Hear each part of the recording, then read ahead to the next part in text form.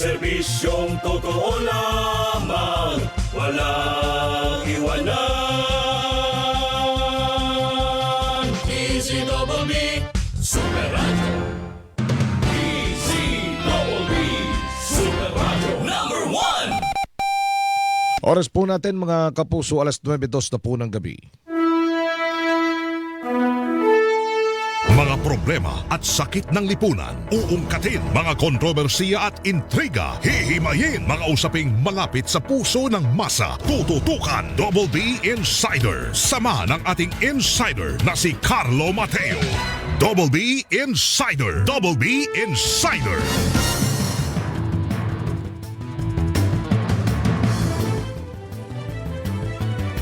Magandang gabi po mga kapuso.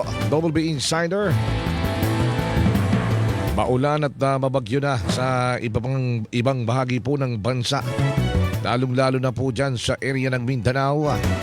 Kaya't alerto 24, ganoon na rin po yung mga nasa Visayas at maging sa Bicol region.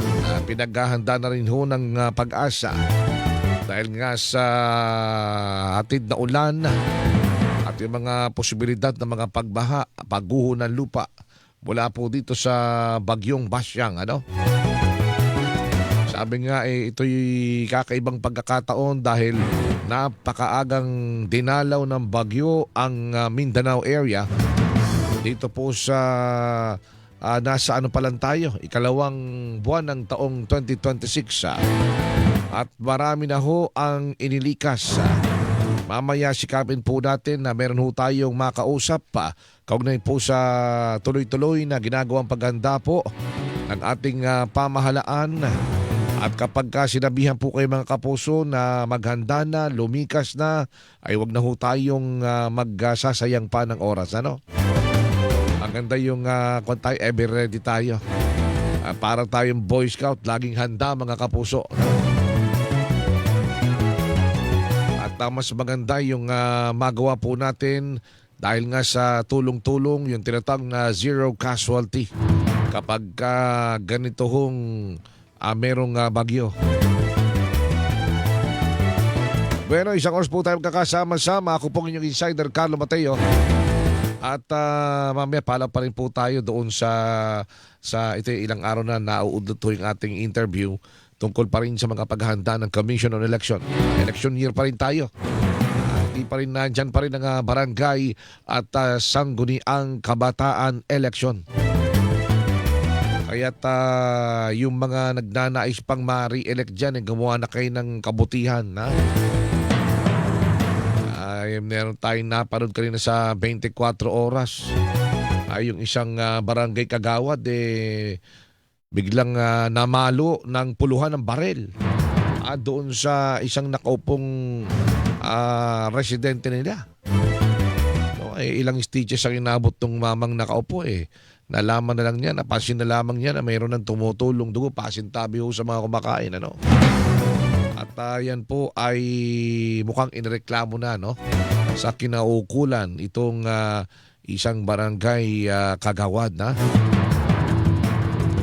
At bago po ang lahat mga kapuso, tanggap po na tayo ng sariwang report mula po sa ating mga kasamahan sa Super Radio Reportorial Team.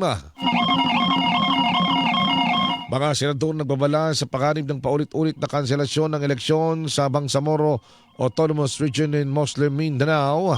Report mula kay Nimpa Rabelo. Nimpa. Sinabi ni na Senate Majority Leader Juan Miguel Zubiri at Senator J.B. Ejercito na dapat matuloy na ang unang eleksyon para sa parlamento ng Bangsamoro Autonomous Region in Muslim Mindanao o BARM. Sa pagdinig ng Senado kanina ukol sa pagtatakda ng eleksyon sa BARM, ibinabala ni Zubiri ang karahasan at bulok kapag nagtagal ang political uncertainty sa BARM at ang may tuturing na disenfranchisement o pagkakait sa mga residente roon ng pagkakataong pumoto ng gusto nilang mga leader.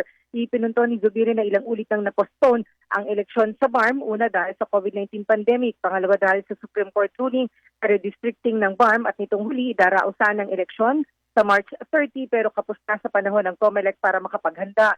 Sinabi naman ni Ejercito na 7 taon na naghihintay ng eleksyon ang mga taga-BARM. Nagpaalala na ang karapatan ng mga tao roon na bumoto at pumili ng mga leader. Yun anya ang nanatiling pundasyon ng stable at lehitimong gobyerno. Tinalaki kanina ang inakda ni Zubiri ng Senate Bill No. 1587 kung saan nilalayong itakda ang bagong petsa ng BARM elections. Sa pagdinig at panayam, sinabi ni COMELEC Chairman George Erwin Garcia na sa darating na buwan ng Setyembre ang best at right moment para sa BARM elections dahil komplikado kung sa darating na Mayo. Pero kailangan ani itong pag-aralan dahil kapag Setyembre ginaos ang eleksyon, hindi mabubuo ang 3 taong termino ng mahahalal kung magkakaroon ulit doon ng eleksyon sa 2028 kasabay ng national at local elections. Kung sa 2029 naman, idaraos ang eleksyon para sila maka3 taon, hindi masusunod ang utos ng batas na dapat sabay-sabay lahat ng national at local election. Ako si Nins para Ravelin ng GMA Super Radio DZWD, dapat totoo. Super Radio DZWD Bantay Bagyo. Maraming salamat din Parabelo, mga barangay na flood-prone area pinaghahanda na ng DILG dahil sa bagyong Basyang. Report mula kay Rod Vega. Rod. Pinaghahanda na ng Department of Material Local Government, DLG, mga lokal na pamahalaan na mayroong mga landslide at mga flood-prone barangay maaaring epektong dulot ng bagyong Basyang habang lumalapit ito sa East Mindanao area. Batay sa forecast ng Pag-asa, inaasahang maaaring maglandfall ang bagyo sa Mindanao mamaya madaling araw at dadaan sa Visayas bago tumawid naman sa Palawan.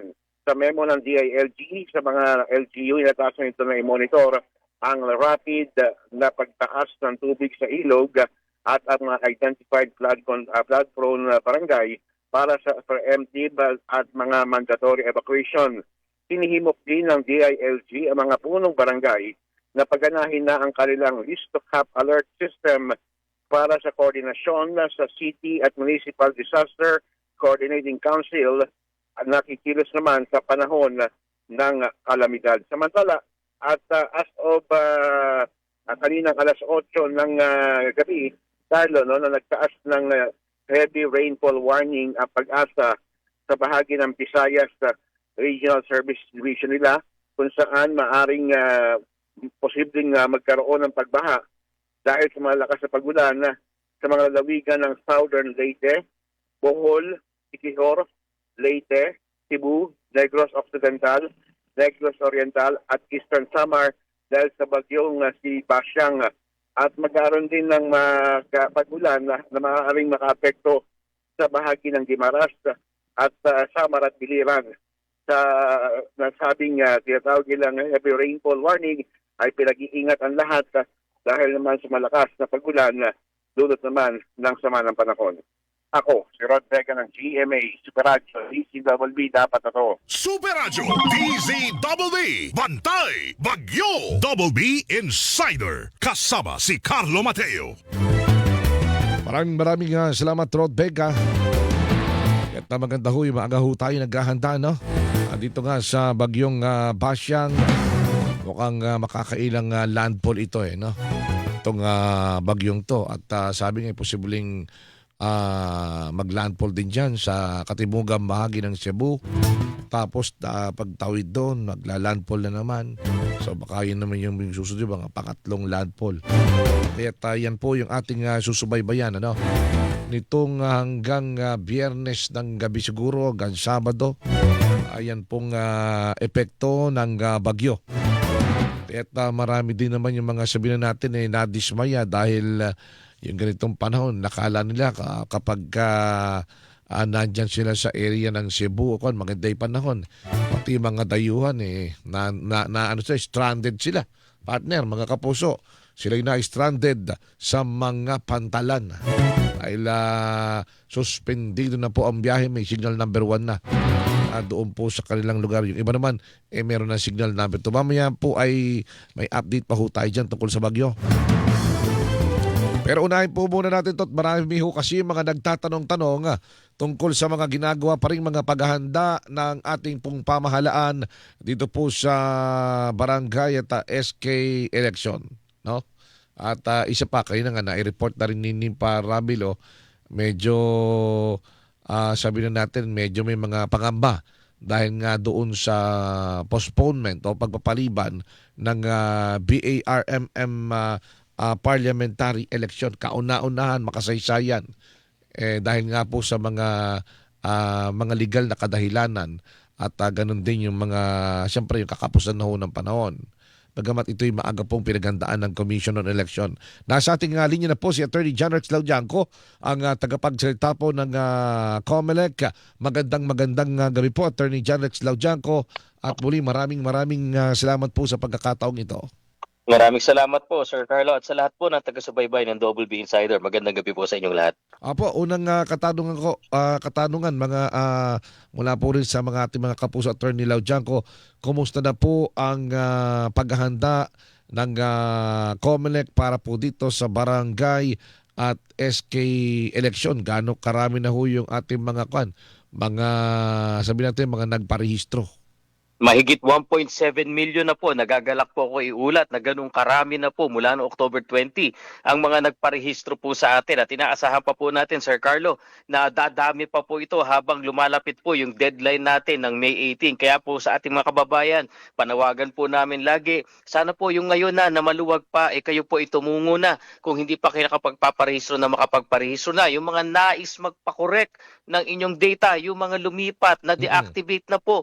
Ngayon po ang tamang panahon para i-reactivate kayo, mag-transfer na kayo sa bago niyong tirahan at higit sa lahat po sa hindi pa nakapagpaparehistro, magparehistro na po kayo. At hindi naman kinakailangan umuwi pa ng probinsya, Attorney, ano? Nako, hindi po kinakailangan dahil po kami po, kung yun po ang nais ninyo, yung convenience, pakiabangan po sa aming website at sa Facebook page ng COMELEC. Kami po ay nagsasagawa ng Register Anywhere program. Kadalasan po ito ginagawa sa mga malls na malapit po sa inyo.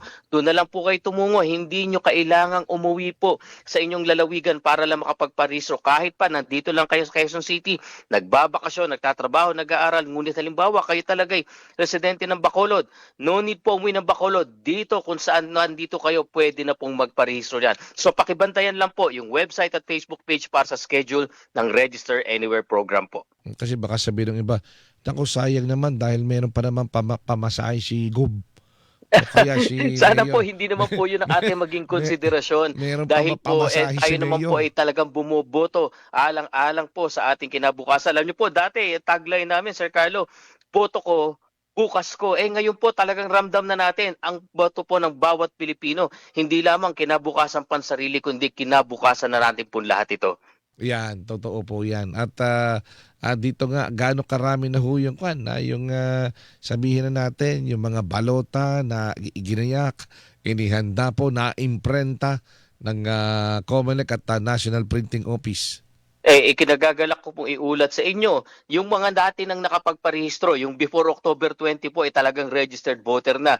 Huwag po kayo mag-alala, ang balota po natin, nasa 70 million po yung mga barangay voters at nasa 24 million yung barangay SK voters noon. Ready na po tayo dyan, na-imprenta na. So sa mga susunod na buwan po, ang i-imprenta na lang namin yung nabanggit ko po. Simula ngayon, yung 1.7 million at kung may madadagdag pa, sila na lang po ang imprentahan namin. Practically, ready na po ang COMELEC na konting-konti na lang. Training, deployment at yung counting balota na lang, yun na lang po ang isasagawa namin. Ayun. So yan, baka meron pa kayong mga karagdagang katanungan, mga kapuso. Ang ating pong DCWB Text Connect ay 0917 594-5941. Ulitin po natin, 0917-594-5941. At isa pang katanungan, yung iba, yung mga nagtatanong, nagpapaliwanag, baka meron ho tayong development dito po sa BARMM parliamentary elections. Napakaganda po. Kahapon po, Sir Carlo, kami ni Chairman Garcia ay umattend sa ating House of Representatives Committee on Electoral Reforms at Suffrage. At doon po kasama ang iba't ibang mga stakeholders, napakaraming government agencies at iba pa. Napagkasunduan. Talagang hindi natin pwedeng labagin yung umiiral na batas na pilitin na maituloy sa March 30. So ang tatanong po ang COMELEC, kailan ba pwedeng isagawa ito ng una? maayos, sapat ang oras paghahanda, sapat ang oras para makapag-voter education at yung paghahanda po dapat automated elections and at the same time wala nang lalabagin na batas. Tumpak tayo lahat sa kautusan ng batas at Korte Suprema. Ang sinabi po namin September. So napagkasunduan po doon sa proposed bill sa House ay September 14 po yung kanilang isusulong. Kanina naman po umattend po kami sa Senate naman po at doon naman po sa tulong po ni Senator Mig Zubiri talagang napagkasunduan din po September. So ito po mga kababayan, napakagandang linaw po nito na ang parehong houses po ng ating Kongreso ay nagkakaisa at yung mga stakeholders po lahat nagkakaisa na tama talaga, walang malalabag na batas, mabigyan ng sapat na panahon ng COMELEC, mapaghandaan ng maigi ang BARM elections nang sa gayon mas maayos po ang halalang gagawin natin. So asahan nyo po ang development kung maisa sa batas na po itong mga panukala na ito. Ayun, yung isa meron na talagang petsa sa mababang kapulungan, September 14. Sa mataas na kapulungan naman ay buwan ng Setyembre. So konting-kunti na lang sabihin na natin mapagtutugma na. No, Tama po kayo. At ang maisasakto na. kagandahan po kasi nito, Sir Carlo, kung yung umiiral na batas na talagang pipilitin po natin yon, dahil karugtong ng may elections, makakaboto lang po. Kung sino yung nakaboto nung may elections, napakarami na pong kwalipikadong botante. At in fact, hindi pa nga po kami nakapagpaparegister sa BARM dahil nga po may halalan. Bawal po kasi yon. Pero dahil ngayon ay tinigil na po natin, sa February 9 po, bubuksan na po namin ang registration sa BARM at asahan po ninyo dahil sa pagkakasundo-sundo sa stakeholders sa Kongreso, ito'y bagong halala na makakasama na po kayo sa pagboto. Yan po yung pangakong nabitiwan po sa atin. Mas maganda po ito. Ayun, at ang maganda rito, yung mga stakeholder ay dumalo din doon sa mga pagdinig. Tama po kayo dahil malinaw po talaga ang problema ang kinaharap ng COMELEC kung pipilitin natin. Una, halos 1 buwan at 2 linggo po ang natitira sa amin. Kahit po i-manual elections namin, mukhang lubhang napakahirap, imposible po na magawa natin yan dahil yun lang pong pagdadala ng balota sa iba't ibang panig ng BARM. Medyo malalayo po kasi, halos 1 buwan po yan. Paano pa po mag-filing of COC pa tayo? Meron pang pag-iimprenta ng balota.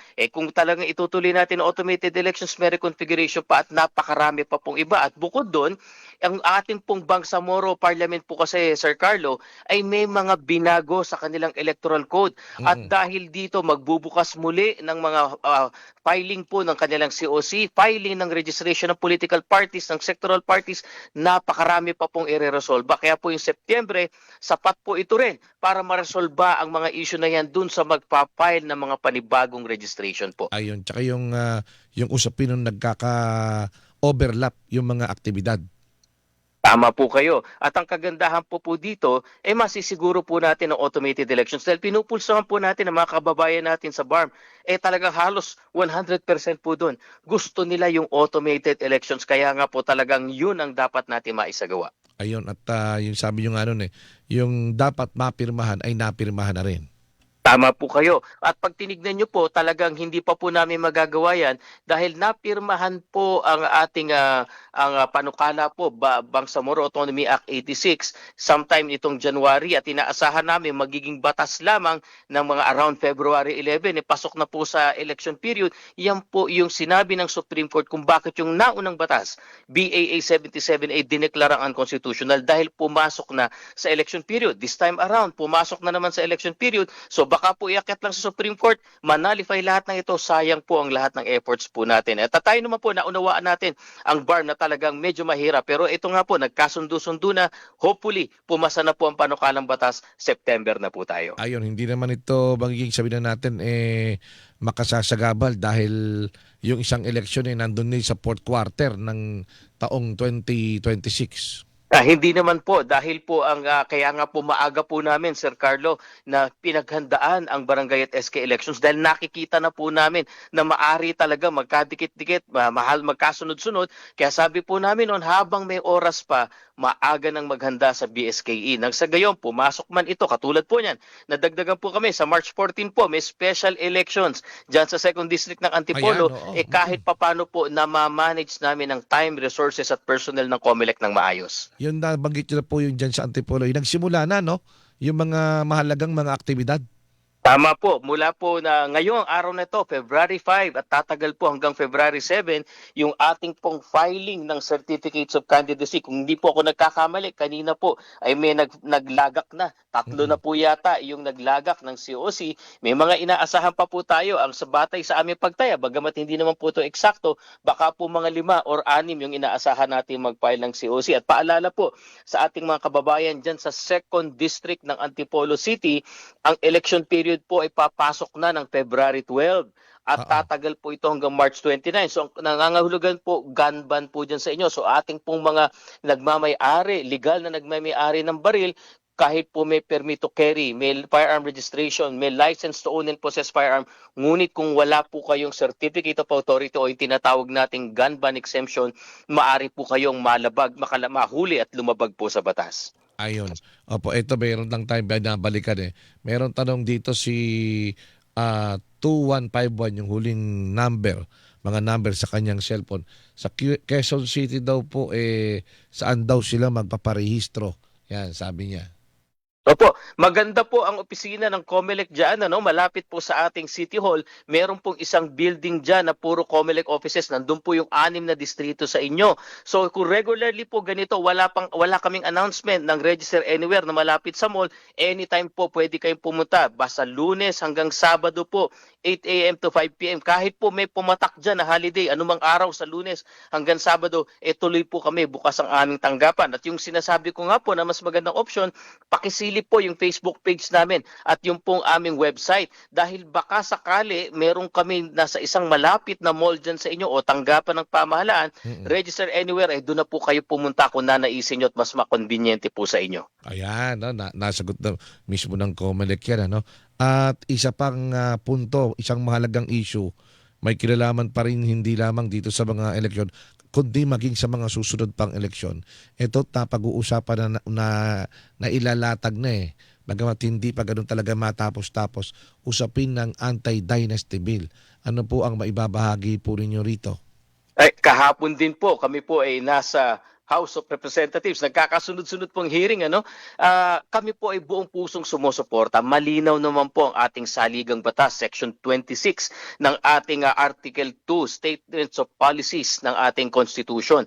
Talagang sinasabi po, kinakailangan magkaroon ng equal access po ng ating mga kababayan dito po sa pamamahala, public service. At masisiguro lang po natin ito kapag meron ng anti-political dynasty law. So malinaw naman po, nagkakasundo-sundo rin ang stakeholders ng Kongreso. Yun na lang pong teknikalidad ang pinag-uusapan. Ano ba talaga dapat? Hanggang 2nd degree ba? Hanggang 3rd degree or 4th degree ng consanguinity at affinity?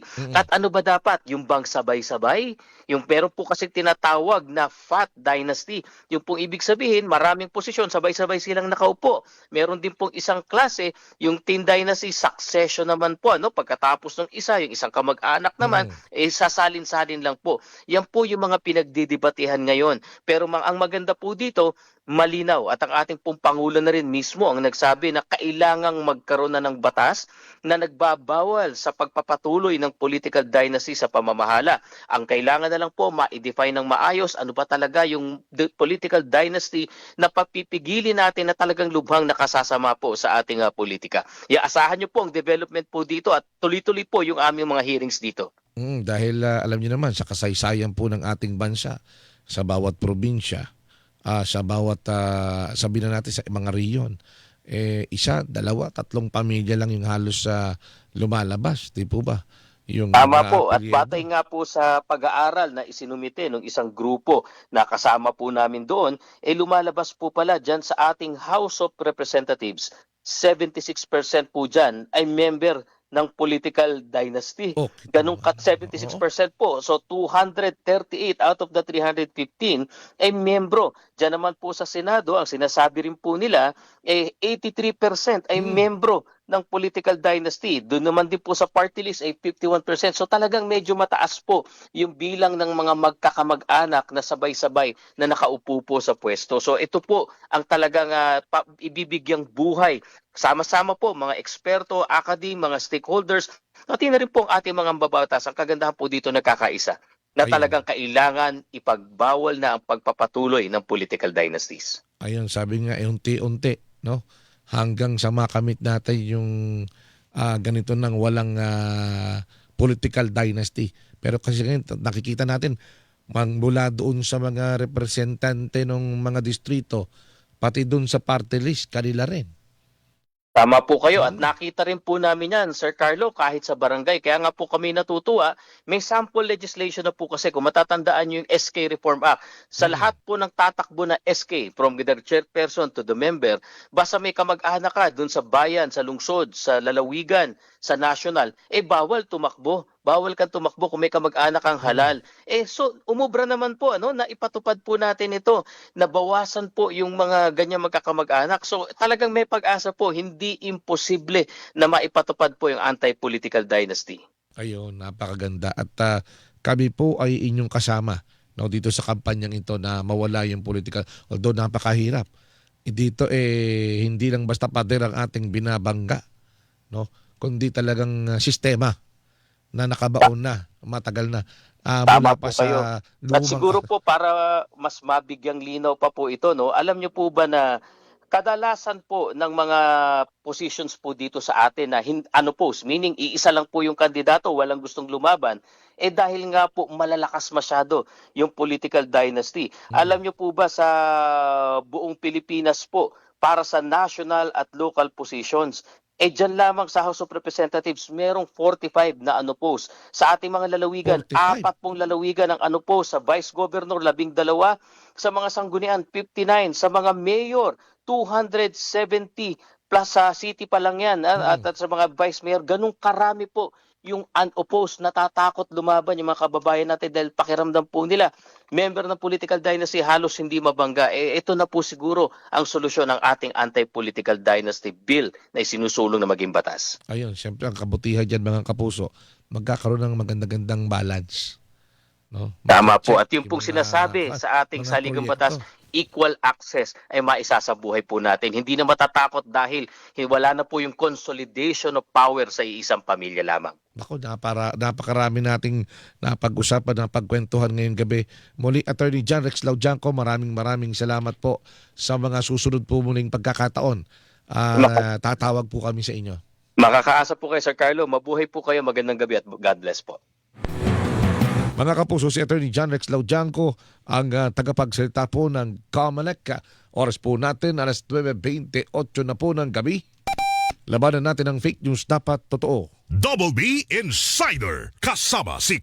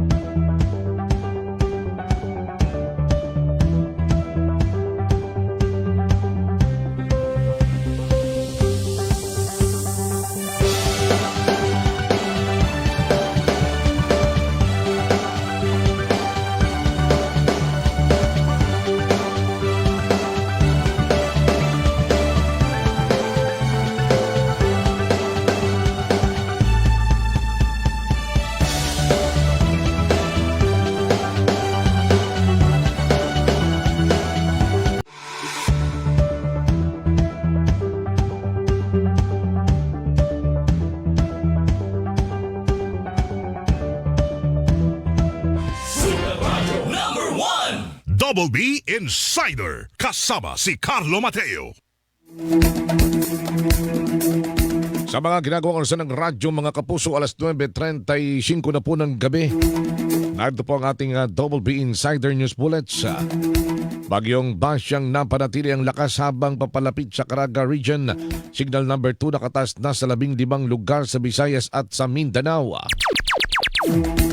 Mahigit 4,000 pasahero stranded sa mga pantalan sa bansa dahil sa bagyong Basyang ayon sa Philippine Coast Guard. Disaster response sa Visayas at Mindanao, pinagting ng DSWD sa gitna ng epekto ng bagyong Basyang. Ebidensya ukol sa isyu ng kickback sa mga proyekto ng DPWH. Ilalantad umano ni Congressman Leandro Lebiste sa tamang panahon. Senador Loren Legarda iginiit na wala siyang ideya sa planong pagpapaupo sa kanya bilang Senate President bago matapos ang 20th Congress. Double B Insider kasama si Carlo Mateo. Binabati po natin ang ating mga ginigiliw na tagapakinig.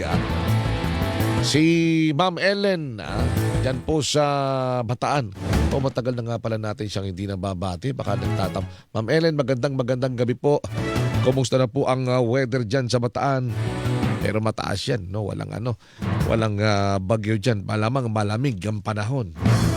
At maginaw lalo kapag ganitong oras na ng gabi at madaling araw. Kaya ingat-ingat rin tayo mga kapuso. Palakasin po natin ang ating mga pangangatawan. Ito hong report ng Philippine Coast Guard ay as of anong oras ito. Marami po ang mga stranded.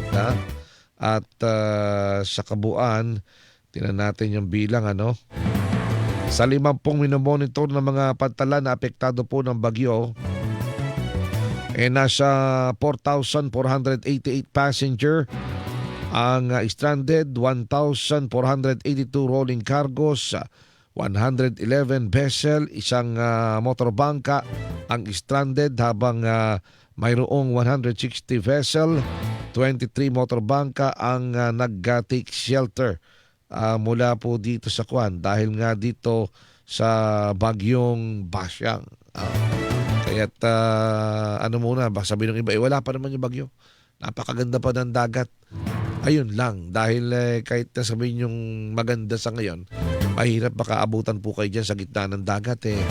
Magkaroon taho ng aberya, alam niyo naman. Tuloy-tuloy pa rin ang ginagawang operasyon ng Philippine Coast Guard.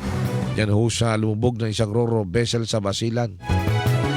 Ang gusto po natin kapag ganitong may bagyo masamang panahon ay zero casualty po tayo mga kapuso. At yan ay magagawa kung tayo ay tulong-tulong. Okay?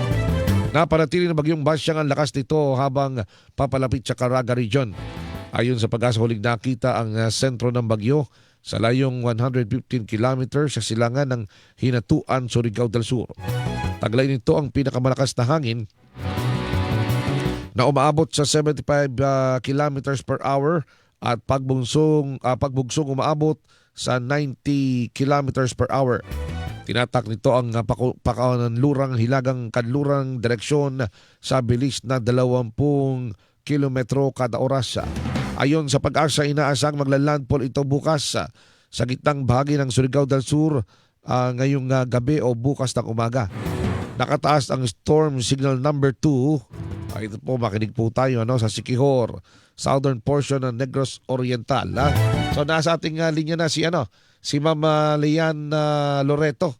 Malaman po natin ang pinaka-huling impormasyon, update dito po sa binabantayan po nating bagyong Basyang. Super Radio DZWD Bantay Bagyo. Magandang gabi po, Ma'am Leanne Loreto. Magandang gabi po. Kumusta na po ang binabantayan po ng pag-asa ng bagyo? Yes po, magandang gabi po Sir Carlo at sa lahat po ng ating mga taga-subaybay. Malapit na nga pong maglandfall itong sentro ng bagyong Basyang dito po sa may Surigao del Sur. So inaasahan nga po natin within tonight or possible early morning bukas po ay maglandfall na nga po ito. Ngunit sa ngayon ay kahit hindi pa po ito naglalandfall, malawak na nga po yung naaapektuhan ng malalakas na hangin at malalakas na mga pag-ulan nitong si Bagyong Basyang. Sa ngayon, yung sentro ng bagyo ay nasa layong 115 kilometers sa silangan ng Hinatuan, Surigao del Sur. May taglay nga pong hangin na abot sa 75 kilometers per hour at pagbugso na abot sa 90 kilometers per hour. So sa ngayon, tropical storm category pa rin ito habang kumikilos pa west-northwestward sa bilis na 20 kilometers per hour. Inaasahan natin ngayon ay babaybayin niya nga ang mga lalawigan dito sa may northern and eastern Mindanao at inaasahan natin bukas naman ay nasa may Bohol Sea na ito pagsapit po ng umaga. Pagsapit naman ng hapon, maaari po itong maglandfall muli or lumapit dito sa may Siquijor or Negros Oriental at pagsapit naman ng Sabado ng umaga ay nasa may Sulupsi na ito. At dahil bumubugso po yung ating hanging amihan, inaasahan naman po natin na mas hihina naman po itong bagyo habang nasa may Sulusi, magiging tropical depression na lamang habang nag-west-northwestward patungo sa may northern Palawan. Ngunit malaki pa rin nga po yung mga dalang epekto nito, lalong-lalo po dito sa may Visayas and Mindanao area. Kaya sa ngayon, nakataas po yung ating wind signal number 2 sa may Siquijor, southern portion ng Negros Oriental, southern portion ng Negros Occidental, sa southern portion din ng Cebu at Bohol, Surigao del Norte, kabilang ang Siargao, Bukas Grande Island, Surigao del Sur, extreme northern portion ng Davao Oriental, Agusan del Norte, Agusan del Sur, Misamis Oriental, northern portion ng Bukidnon, northeastern portion ng Lanao del Norte, sa may northeastern portion din ng Misamis Occidental at sa may Camiguin. So sila po'y makakaranas ng 62 to 88 kilometers per hour na mga bugso ng hangin within 24 hours. Wind signal number 1 naman po ang nakataas sa may southern portion ng Occidental Mindoro, maging sa may Oriental Mindoro, sa may Romblon, northern portion ng Palawan, kabilang ang Calamian, Cuyo at Cagayan Silu Islands, southern portion ng Masbate at Eastern Samar, maging sa may southern portion ng Samar, Biliran, Leyte, Southern Leyte, sa nalalabing bahagi din ng Bohol, Cebu, Negros Oriental at Negros Occidental, sa may Guimaras, Iloilo, Capiz, Aklan, Antique, sa may Dinagat Islands, northern and central portions ng Davao Oriental, Davao de Oro, Davao del Norte, northern portion ng Davao del Sur, sa nalalabing bahagi din ng Bukidnon, northern portion ng Cotabato, Lanao del Sur, northern portion ng Maguindanao del Norte at Maguindanao del Sur, sa nalalabing bahagi ng Lanao del Norte at Misamis Occidental, eastern and central portions ng Zamboanga del Norte, northern and central portions ng Zamboanga del Sur at sa may northern portion ng Zamboanga, Sibugay. So, sila po'y nakataas yung wind signal number 1, so possible po 39 to 61 kilometers per hour na mga bugso ng hangin within 36 hours. So, i-emphasize ko lamang po, Sir Carlo, no, na ngayong araw po at bukas yung pinaka-critical na mga yung point or mga days po, no, na maaari nga po tayong makaranas ng mga banta ng malalakas na pag-ulan at hangin nitong si Bagyong Basyang. Kaya sana po'y nakapaghanda po yung ating mga kababayan at kung kinakailangan ay yung mga maaapektuhan ay makipag-coordinate na sa ating mga local government units kung kailangan po nating mag-evacuate dahil aside po dito, no, sa mga possible na pagbaha at pagguho ng lupa, meron din po tayong risk ng storm surge o yung mga daluyong na maaaring umabot sa 2 meters, especially dun po sa mga areas sa northern and eastern parts ng northeastern Mindanao, maging dito din po sa southern parts ng eastern Visayas, central Visayas, and Negros Island region. So, doble ingat po sa ating kababayan at sana po'y maghanda at maging alerto po tayo sa mga banta nitong si Bagyong Basyang. Ayun, ano naman po ang epekto ng malamig na hangin na nanggagaling sa itaas dito naman sa Bagyong Basyang? Well, kung dumating na nga po or umabot na yung sentro nitong Bagyong Basyang sa may Sulusi by Saturday, ay maaari nga pong mapahina nitong amihan itong si Bagyong Basyang. So, inaasahan nga po natin magiging tropical depression na lamang po ito by Saturday morning. Ayun, matapos dadaan itong, kaya lang masyadong advance, ano, itong Bagyong Basyang, meron na ho ba tayo muling namamataan na namumuong mga grupo ng kaulapan sa labas ng PAR? Well, sa ngayon wala pa Sir Carlo. Ngunit by Saturday naman, inaasahan naman po natin yung epekto ng shear line o yung banggaan ng hanging amihan at easterly. So magshi-shift naman po yung mga pag-ulan natin from dito po sa may Visayas and Mindanao, magshi-shift po doon sa may Luzon area naman. Okay. So, yun ang inaasahan natin. Pero ang maganda, Yes po. dapat talagang maganda yung ating mga kababayan. Malawak itong mga pagulan na hatid ng Bagyong Basyang. Yes po, tama po yan Sir Carlo. O mula Mindanao, Visayas at patawid ng Palawan. Yes po, tama po. Ayan, okay. Muli, maraming salamat po, Ma'am Lian. Maraming salamat po. Ingat po tayong lahat. Mga kapuso, si Ma'am Lian Loreto, ang weather specialist po ng Pag-asa. Kaugnay po nitong kalagayan ng Bagyong Basyang. Double B, no? Double B, Bagyong Basyang. Bantay Bagyo, Double B. Oras po natin, alas 9:46 na po ng gabi. Mga kapuso, pinag-iingat ka ng Pag-asa ang publiko sa epekto ng Bagyong Basyang, partikular na mga nasa Visayas at Mindanao. Sinabi ni Dr. Nathaniel Servando ng Pag-asa, patuloy na papalapit sa kalupaan ng bagyo at direktang maapektuhan ang iba't ibang bahagi ng Mindanao, partikular ang hilagang bahagi ng Mindanao at ang Visayas. Tumatas din ang risk impact sa mga susunod na oras, lalo't inaasang tatama sa lupa ang bagyo mamayang gabi. Ang landfall ay sa bahagi ng Surigao del Sur, dakong mga ang binabanggit ng Pag-asa maya-maya, no? Sabihin malapit na. Mayroon din anyang landfall area sa bahagi ng Visayas at Palawan. Ayon kay Servanda, asahan po ang malakas at tuloy-tuloy na pagulan at pagguho ng lupa. May banta rin ng malakas na hangin na posibleng makasira ng bahay at makapagpatumba ng mga puno. At payo niya sa mga residenteng nakatira sa mga coastal community, mag-ingat laban sa daluyong o yung storm surge. Ang maalong karagatan at iwasan muna ang paglalayag.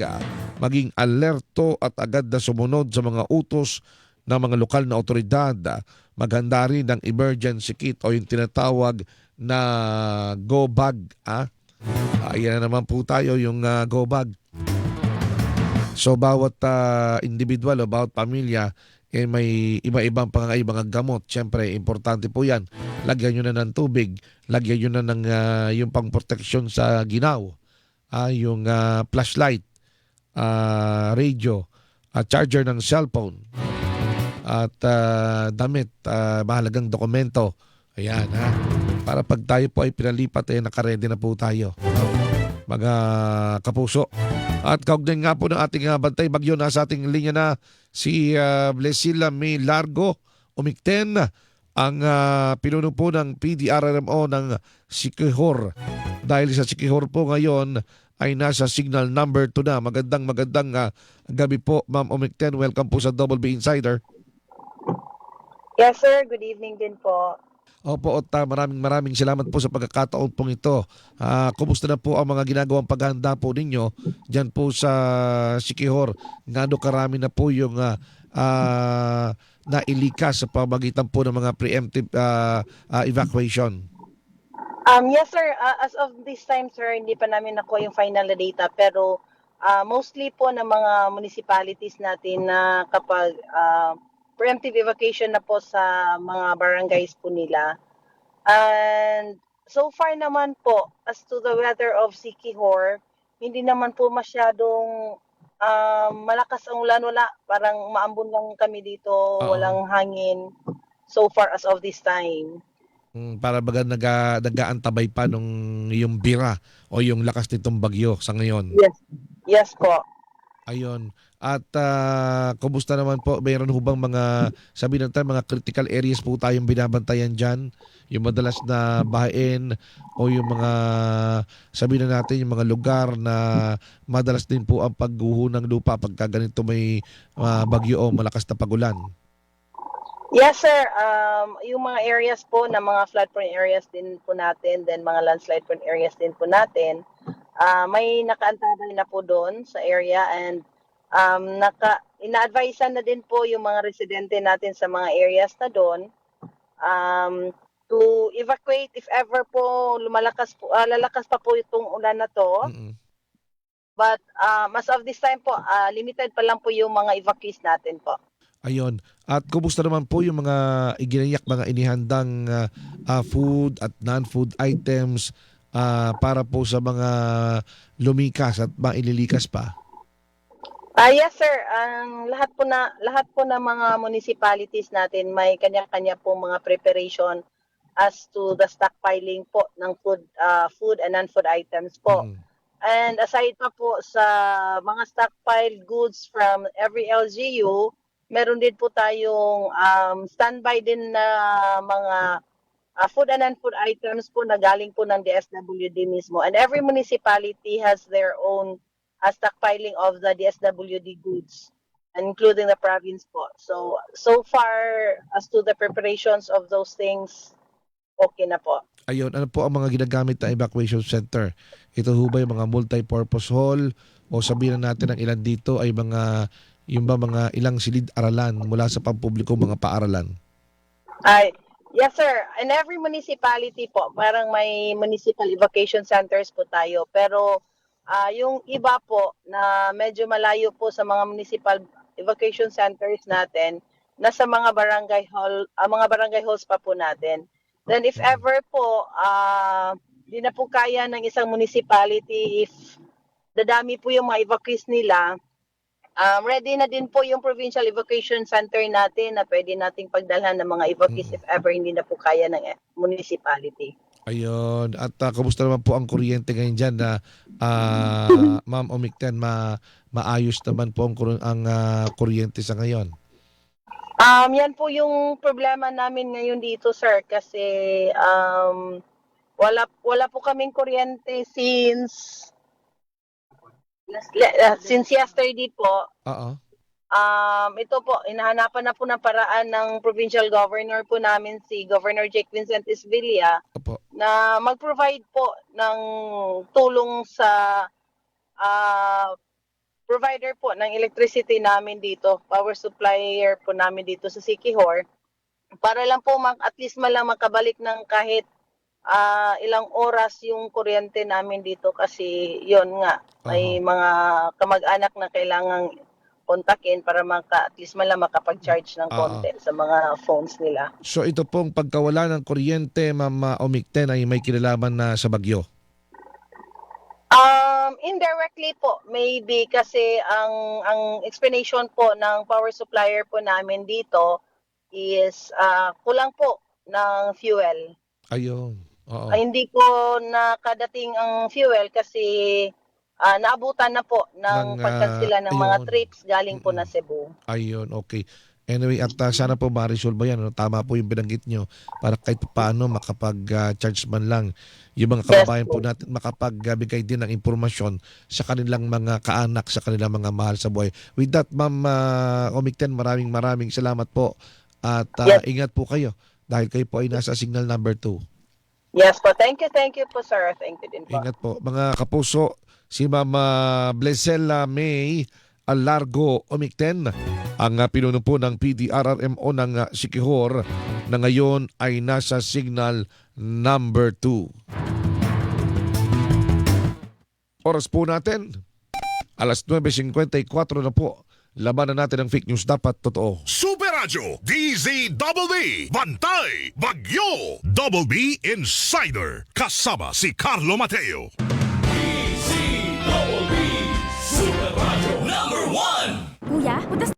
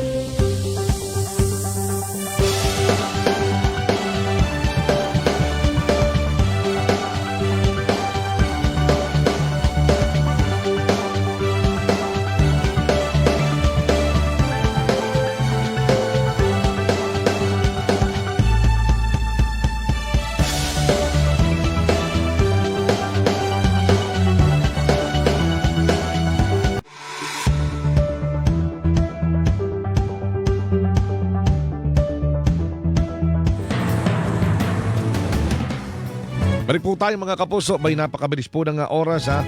Muli, binabati natin ng happy birthday yung mga nagdiriwang po. Nagkaroon kayo mga nagdiriwang ng kanilang anibersaryo. Happy anniversary at ang ating mga ginigiliw na taga-subaybay ha, nag-monitor sa pamagitan ng FB Live ng Super Radio DCWB. No? Asin na Aljor Aquino, magandang gabi. Abay, si Ate Alona Kokoy, kumusta na Ate Alona? No? Eduardo Castillo, magandang gabi. Jem M. Quito dyan sa Nabotas. At gayon din sina Ma'am Belen Plosen. At happy Thursday, sabi nga ni Ma'am Jem. Maria Orian ng May Kawayan na Bulacan. Leo Glenlau, magandang gabi. Margarita Guevara. At gayon din sina James Abelina, Daniel Bon, Miriam Navarro, Jean Payumo, si Paring Ray Tihana. Happy birthday din kay Marilu Tihana Raimundo. Yan may papansit-pansit tayo dyan na Ate Marilu ha. Pansit-pansit. Samahan mo na ng cake. Pero muli maraming salamat po sa inyong patuloy na pagsubaybay mga kapuso. Bukas po tayo muli magkakasama-sama. Ako po ang inyong insider Carlo Mataya nagsabing good night and God bless. Antabay na po tayo, super balita sa gabi ni Miss Shirley Escalante.